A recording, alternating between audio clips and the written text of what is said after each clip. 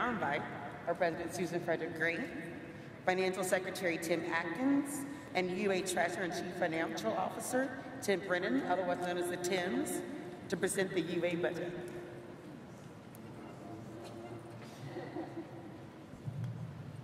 Well, good morning/afternoon. My name is Tim Atkins, and I serve as the Financial Secretary on the UUA Board. That's something similar to your congregational board as Chair of the Finance Committee. And I'm proud to be here with Tim Brennan and Susan Frederick Gray. At the April UUA Board meeting, the board received the annual budget from staff, which we approved. And I have to say, this year's budget presentation was the best I've seen since I've been on the board. So we want to make time during this general session for you to hear what the board heard in April. And so, Susan, first question. When the staff presented the board with the budget in April, and when the board approved it, you introduced a new lens for examining the UUA budget, a missional-based budget. I'd love for you to talk some about this change. Thank you, Tim. So mission is so important to what we do.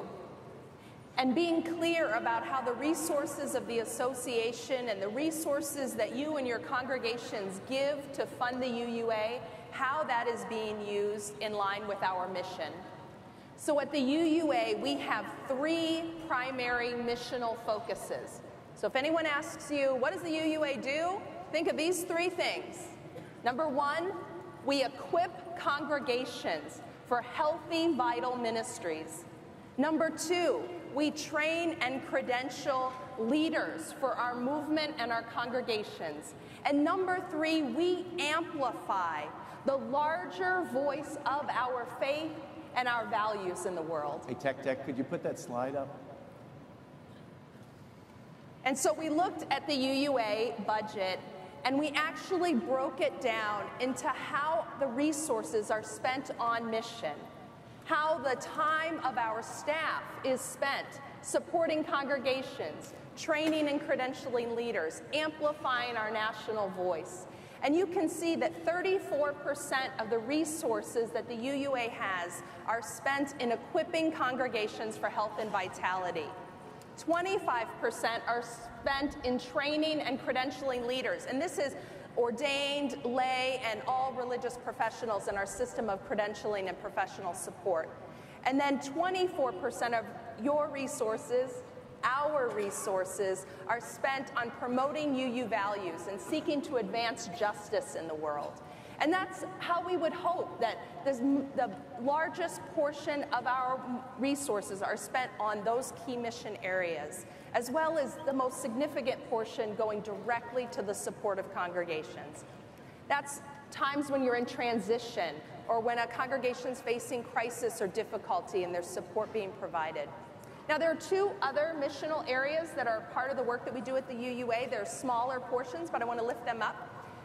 We support emerging communities, congregations, and growing new congregations. That's in the blue, light blue.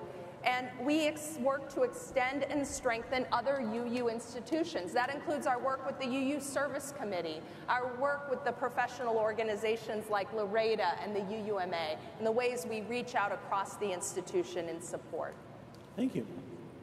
So Tim? Tech, thanks for the slide. You can take it down. Tim, you lead the budgeting process in your role as Chief Financial Officer and the appointed Treasurer. Talk us through the process the UUA uses to create the budget. Sure. And how did you come up with a balanced budget in these tough times? Sure. Yeah, good questions, Tim. So first, just to be clear, I know there are a lot of folks in the room who have the title of Treasurer, and you're probably all volunteers. At the UUA, the Treasurer is the top paid staff person. So that's my role. I'm appointed by the board, and I report to Susan, the president. So at the highest level, the budget is about the alignment of our resources with our values. And so this year, under Susan's leadership, looking at the budget through this missional lens has been very helpful. And it's helpful partly because, and I know a lot of you out there, probably most of you share this same problem, which is that our revenues aren't actually growing. So since the crash back in 2008, our revenues have been pretty much flat. Meanwhile, there's sort of upward pressure from because we need to compensate people, we need to keep pace with inflation, things go up that are inevitable, and so it is a balancing act. And so it's very challenging, but when you balance with mission as your lens, it starts to clarify things. Because it's not just steady as she goes, we're going to do the same stuff we did last year and trim a little bit. We have to make room for our priorities. So there are many, but let me just list a few. So a few years ago, we made the commitment to the UU College of Social Justice. That was new money. We had to make room for that.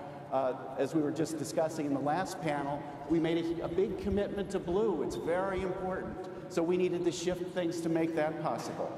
And then the very, very important work of the Commission on Institutional Change. It took significant resources, and we need to make room for that. And then last, in this budget for the upcoming year, we're putting significant resources into addressing white supremacy culture within the UUA and equipping our staff to address it and equipping our staff to help congregations do the same. So, thanks. So it wasn't easy, but we came up with the balanced budget. The board approved it. Our cycle starts in the fall. We do a look at strategic priorities. January, we look at income. That kind of creates that envelope. What are our limits? During February, the staff work on the expense side. And then in March, the Leadership Council sits down. We work with Susan and Carrie to go through the whole budget and figure out how do we make all these things work. So the keys to the budget are your generosity through the annual program fund. Thank you, thank you. It is going up, so that's good news, and so we're up over last year and over the previous year, so that's great news. Thank you. And then I'd say the other key is the endowment. So we have an endowment which is actually shared with all of you. About half the endowment belongs to the congregations. We try to invest our money, again, aligning the assets with our values. Great work from our investment committee and SRI committee that enable that. That's socially responsible investing for those who don't know SRI. Thank you. And so, so today we're giving you this overview. If you want some more information, there are more opportunities.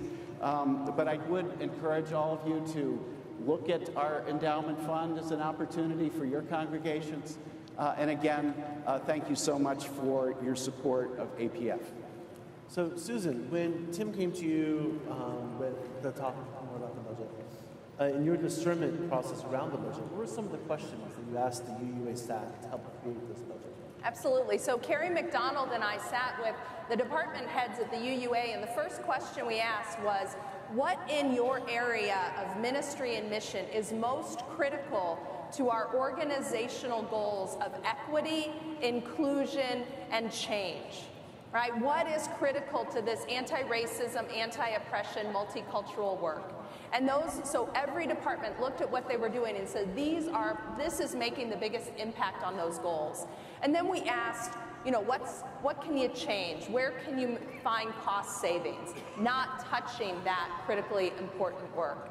And then the third thing was to ask about what new initiatives are really necessary to drive this work of ARAOC, MC, and institutional change. So we put those priorities in the budget first. And like Tim said, we were able to continue to find the resources for the Commission on Institutional Change, for Black Lives of Unitarian Universalism, as well as a significant investment in the work of institutional change being led by Taquina Boston at the UUA and training for UUA staff.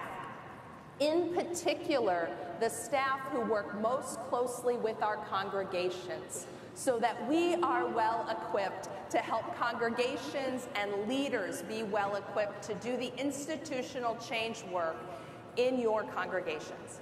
Well, thank you. Thank you both for being up here, for being part of this discussion. So for those who are interested in learning more about the budget, maybe doing a deep dive with some of the numbers and getting into those details, you're invited to attend the budget hearing with myself, Tim, and Lucia, which is tomorrow at 11:15 in room 2502A. You can find those details in your program book. Thank you again. And thank you, Tim. Yeah, thank you, Tim.